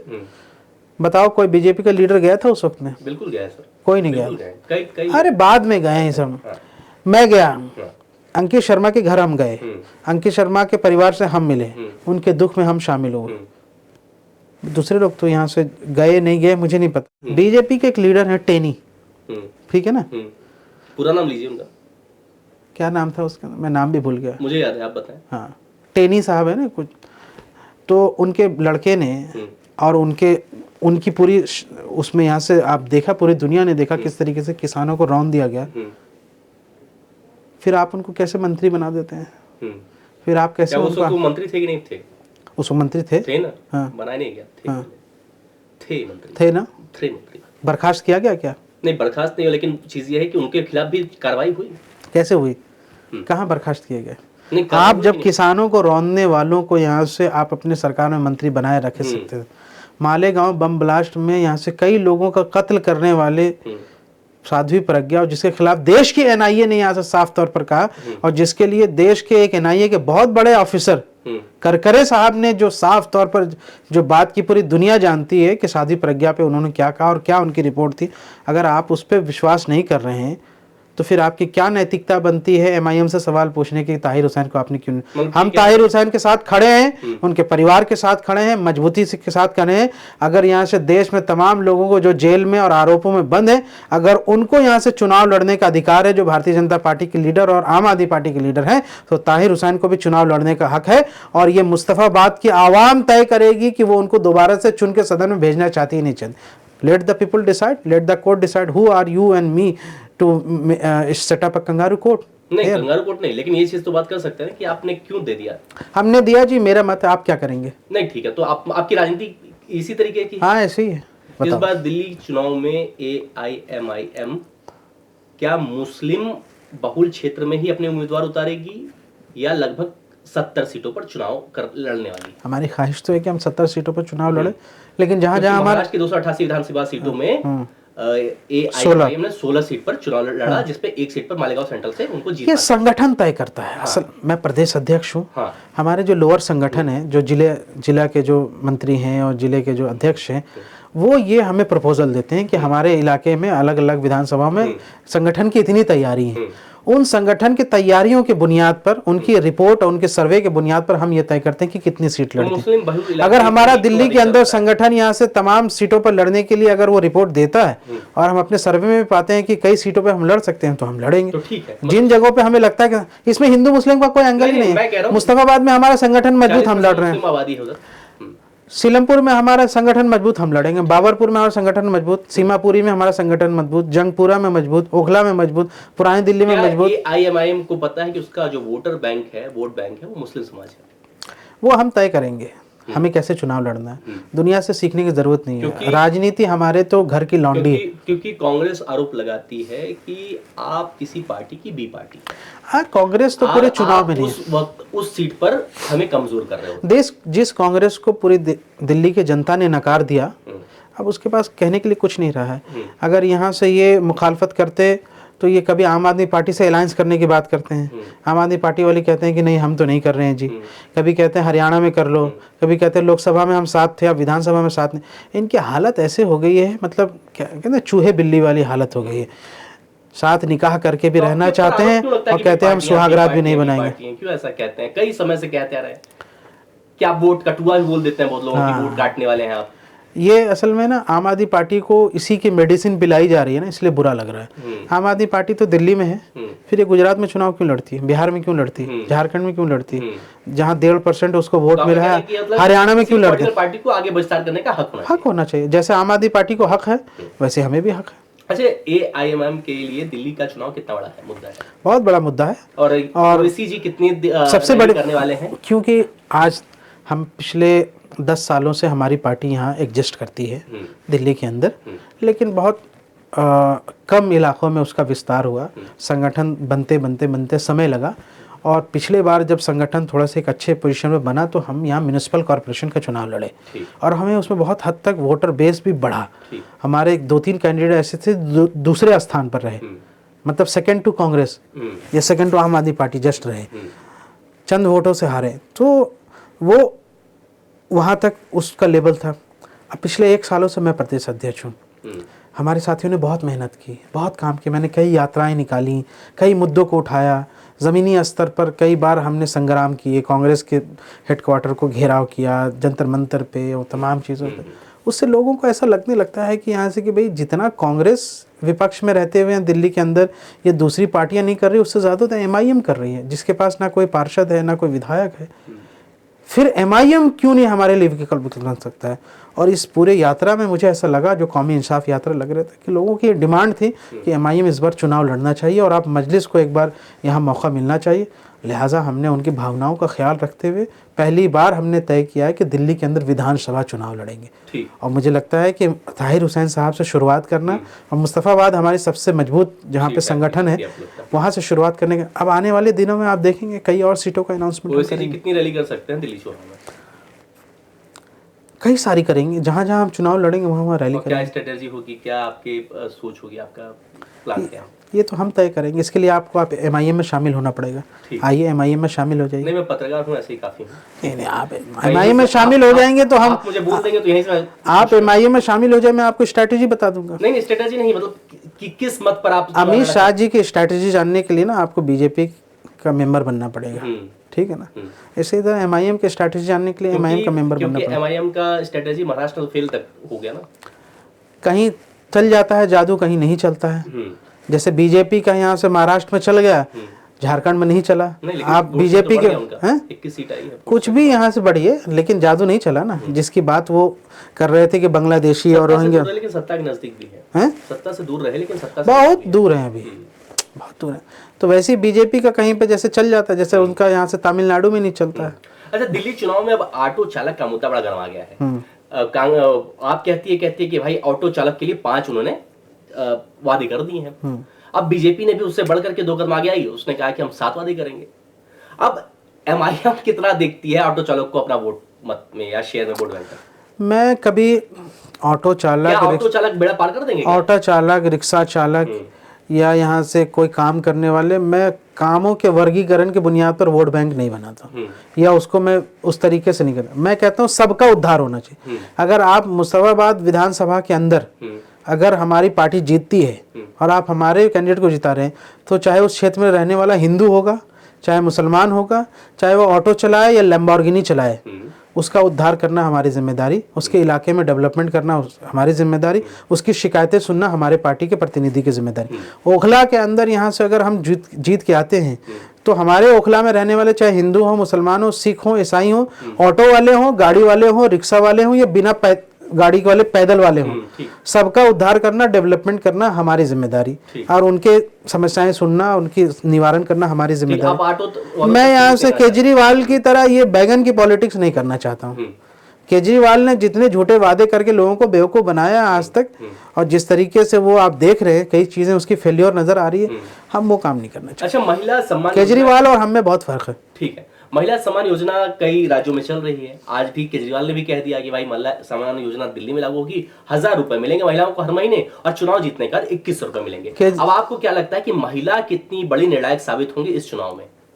केजरीवाल जी जब शाहीन बाग की महिलाएं बैठी थी प्रदर्शन पे, उनके खिलाफ किस तरह की वो बातें करते थे और बीजेपी के ऊपर आरोप मढ़ते हुए उनके खिलाफ अपमानजनक बातें करते हुए पूरे देश ने देखा। केजरीवाल जी को अगर महिलाओं का इतना सम्मान था तो दिल्ली दंगों में तो महिलाएं पीड़ित हो रही थी। उन्हीं जो यहाँ से जो दादी और जो एक बूढ़ी महिला जिसको जला दिया गया, उसके साथ केजरीवाल क्यों नहीं खड़े? जो महिला यहाँ से ताहिर हुसैन साहब के घर पे थी, जो उनकी वाइफ हैं, उनके साथ क्यों नहीं केजरीवाल खड़े हो? अगर महिलाओं का सम्मान था इतना, तो फिर यहाँ से फिर मुस्लिम बहुल इलाकों में जहाँ पे महिलाएं पीड़ित हुई दंगों के दौरान में, या फिर यहाँ से हिजाब के साथ जब जिन हिजाब के बारे में कहा जाता है मुस्लिम महिलाओं को कि उसको नहीं करना है, ये नहीं पहनना है फला, तो उसमें क्यों नहीं खड़े होते? तो केजरीवाल ये जो ढकोसला और ये जो गेम कर रहे हैं ना, ये बेसिकली आरएसएस के छोटा रिचार्ज है। इनको आरएसएस ने तैयार किया। पूरी दुनिया जानती है कि केजरीवाल जो है वो अन्ना आंदोलन से आए हैं, और अन्ना आंदोलन को कौन सपोर्ट कर रहा था, कौन फंड कर रहा था? इंडिया फाउंडेशन का उसमें क्या हाथ था? विवेकानंदा फाउंडेशन का उसमें क्या हाथ था? आरएसएस की लॉबी कितनी एक्टिव थी वो उस वक्त के लोग सब जानते हैं, जो उस वक्त अन्ना आंदोलन के साथ थे। चलिए, आपने आरोप लगा दिया कि आप आरएसएस का छोटा रिचार्ज है। हाँ बिल्कुल। उनको लगता है कि अगर मोदी जी अगर फेल हो जाएंगे तो हमारे पास एक सॉफ्ट चेहरा है केजरीवाल के रूप में उतारने के लिए, जो ये धीरे धीरे आरएसएस के एजेंडे को पूरा करेगा। केजरीवाल मुसलमानों का खुल्लम खुल्ला दुश्मन है और दिल्ली दंगे के यहाँ से गुनाहगार भी हैं। ये तो जस्टिस लोकुर कमेटी भी कहती है 2022 में जो आई थी। कैसे नेता लगता है आपको केजरीवाल? झूठे, मक्कार, धोखेबाज, फरेबी और मुसलमानों के असली दुश्मन, दिल्ली के खास तौर पर। कोई और तमगा? नहीं माशाल्लाह, इतने तमगा मैंने दे दिया, उसी के बोझ के तले दब जाएंगे इस बार। अच्छा ठीक है, अवध ओझा की चुनाव में एंट्री हो गई दिल्ली चुनाव में। बकायत आदमी है बिल्कुल। ठीक है, अवध ओझा की चुनाव में एंट्री हो गया, बस इतनी काफ़ी है। अब दूसरा सवाल। अवध ओझा की चुनाव में एंट्री हो चुकी है। अब उनकी जो सीट थी मनीष सिसोदिया की पटपड़गंज, अब उनको वहां से उतार दिया गया। अवध ओझा के आने से दिल्ली आप कितनी मजबूत होगी, या दिल्ली पटपड़गंज सीट से उनको बैटिंग कराने का क्या राजनीतिक फायदा हो सकता है? ये तो उनका अपना मामला है। क्या आपकी फिजा बढ़ेगी? नहीं, मुझे नहीं लगता। देखिए, आपका जिस तरीके से ग्राफ दिल्ली में गिरा है, आप अवध ओझा क्या, आप राखी सावंत को भी लेके आएंगे तब भी कोई फर्क नहीं पड़ेगा। मतलब आप हारने वाली है, मुझे ऐसा लगता है। ये आम आदमी मुझे ऐसा लगता है कि जैसे हमने एक नारा दिया है कि कम से कम इतना जरूर होगा कि दिल्ली दंगा पीड़ितों को नहीं मिला न्याय इंसाफ, दिल्ली दंगा पीड़ितों को नहीं मिला इंसाफ, इस बार झाड़ू हाफ, बीजेपी साफ। ठीक, चलिए। अच्छा बताइए, संभल मस्जिद विवाद जो हुआ, उस पर हिंसा हुई, उस पर आपका क्या कहना है? बहुत दुर्भाग्यपूर्ण और बहुत गलत हुआ। ये स्टेट स्पॉन्सर्ड था और इसमें जिन लोगों की हत्या हुई उनके परिवार के साथ इंसाफ होनी चाहिए। किन लोगों ने उनको गोली मारी, आप कमर से नीचे क्यों नहीं उसको रोक सकते? आपने पैलेट गन इस्तेमाल क्यों नहीं किया? आपने आंसू गैस क्यों नहीं इस्तेमाल किया? अगर यही जो वहाँ पे बहराइच में जो दंगाई जो जला रहे थे मुसलमानों की बस्तियाँ, आप उस पर क्यों नहीं गोली चलाते डायरेक्ट? आप वहाँ पैलेट गन चलाते हैं, आप वहाँ पे आंसू गैस भी नहीं छोड़ते, आप उनको ऐसे ही छोड़ देते हैं दंगाई करने के लिए। और मुसलमान जब यहाँ से वहाँ पर जमा होता है तो आप सीधे सीने पर उसको गोली मारते हैं।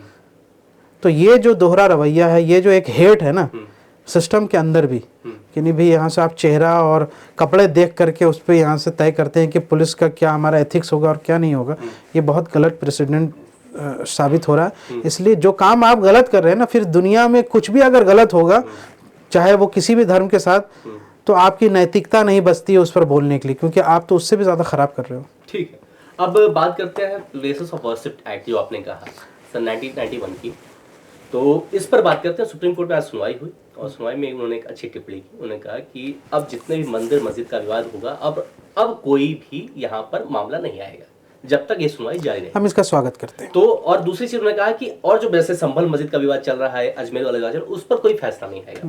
तो कैसा आप कैसे? अच्छी टिप्पणी है और यही होना चाहिए। टिप्पणी क्या, बल्कि इसको सुप्रीम कोर्ट को तो बाकायदा इस पर क्लोजर कर देना चाहिए। ये टिप्पणी काफ़ी नहीं है, बल्कि एक वर्डिक्ट दे करके इसको क्लोजर कर देना चाहिए कि 1990 वर्शिप एक्ट में कोई तब्दीली नहीं आएगी। और साफ तौर पर 1991 का जो वर्शिप एक्ट ये कहता है कि किसी भी मस्जिद, किसी भी धार्मिक स्थल का स्वरूप आप नहीं बदल सकते, जो 1947 के बाद से, सिर्फ एक मामले को छोड़ करके, दो एक्सेप्शंस को छोड़ करके। तो फिर ये संभल, जौनपुर और ये जो शरारतें चल रही है ये पे ख्वाजा मोहद्दीन चिश्ती रहमतुल्लाह की दरगाह की, और ये सब शरारतें बंद होनी चाहिए। इससे देश का माहौल ख़राब हो रहा है। मोदी जी को खुद आकर के कहना चाहिए साथ कि भाई हम जिस जगह चादर भेजते हैं, जिस जगह मोदी जी हर साल चादर भेजते हैं, उसको आप मंदिर कह रहे हो। तो यानी मोदी जी 10 सालों से उसकी तौहीन कर रहे थे? बताओ ना आप बताओ। तो इस तरह की जो हार्डकोर जो हिंदुत्व जो एक्सट्रीमिस्ट फोर्सेस है ना, ये तालिबान से भी ज़्यादा खतरनाक और ये ISS की श्रेणी में इनको लाया जा सकता है अगर ये देश की माहौल ख़राब कर रहे हैं तो। अब लास्ट सवाल पूछता हूँ कि दिल्ली चुनाव में AIM कितनी मजबूत है? बहुत मजबूती के साथ चुनाव लड़ेगी और बहुत चौंकाने वाले फैसले आपको देखने को मिलेंगे। और मुझे लगता है कि बहुत लोग इस बात की तैयारी कर चुके हैं कि बस कश्तियाँ जला के नाव से कूदने की तैयारी में है वो, ठीक है ना, क्योंकि उन्होंने देख लिया है कि कहीं पर उनको राह निजात नहीं मिली। सियासी तौर पर उनको लगता है कि हमेशा बेवकूफ़ बनाया जा रहा है। तो जो बहुत सारे जो लीडर हैं, मुस्लिम लीडर ख़ास तौर पर जो आम आदमी पार्टी और कांग्रेस में हैं, वो शिप जंप करने की तैयार। देखिए, मैं संगठन में माहिर आदमी हूँ, मुझे मज़ा आता है अपने साथियों के साथ संगठन का काम करना, लोगों को यहाँ से चुनाव लड़ाने के विषय में उनको जागरूक करना, जनता के बीच में मिलना जुलना। तो मुझे अच्छा लगता है कि मैं वो काम करूं, लेकिन electoral politics is a very different ball game. और मैं चाहता हूं कि हमारे से भी बहुत मजबूत लोग हैं अपने इलाके में, जिन्होंने अच्छी तैयारी की है, जिन्होंने अच्छा काम किया है। समाज उनको अगर उनको वोट देता है तो उनके लिए मजबूत आवाज़ ऐवान में बन के आएंगे, तो उनको जिताना चाहिए और हम इस पर ज़्यादा अभी फोकस कर रहे हैं। तो आप इस बार चुनाव लड़ने वाले हैं? मैं लड़ूं ना लड़ूं इससे कोई फ़र्क नहीं पड़ता। पार्टी अगर हमसे कुछ भी कहती है मैं उसके लिए पार्टी मुझसे कहती है लड़ो तो हम लड़ेंगे। लेकिन मेरा अपना मत ये है कि मैं यहाँ से अगर संगठनात्मक वे से मजबूत हूँ तो मैं संगठन की पॉलिटिक्स को संभालूँ, जो इलेक्टोरल पॉलिटिक्स को लोग आपकी मुखर आवाज़ हमें असेंबली में सुनाई देगी और आपको भी चुनाव में लड़ा जाएगा। असेंबली नहीं तो कम से कम राज्यसभा में तो सुनाई देगी इंशाल्लाह। चलिए, कभी सोचे, बड़ा सोचिए भाई। बिल्कुल बिल्कुल, बहुत अच्छा लगा। कहीं ना कहीं आपने ये संकेत दे दिया कि आप राज्यसभा के लिए बने हैं, असेंबली के लिए नहीं। मैं जनता के लिए बना हूँ, जनता के साथ ही रहूंगा। लेकिन बहुत अच्छा लगा आपके साथ बात करके और आपने हर सवालों का बड़ा अच्छे से जवाब दिया और बड़ा ही खूबसूरत अंदाज है आपका और इस अंदाज का मैं सपोर्ट करता हूँ और आपको शुभकामनाएं देता हूँ कि AIMIM दिल्ली चुनाव में काफी अच्छा प्रदर्शन करे। स्वागत है आपका, बहुत अच्छा, शुक्रिया सर। तो ये थे शिवजी, जिन्होंने अच्छी अच्छी बातें कही और अपने मुखर होकर के आवाज बुलंद की। तो ऐसे ही पॉडकास्ट देखने के लिए यार जुड़े रहिए हमारे साथ। स्टेट में हिंदी स्वागत करता रहेगा आपका इसी प्यार के साथ, इसी रिश्ते के साथ और इसी समर्पण के साथ। बहुत बहुत धन्यवाद।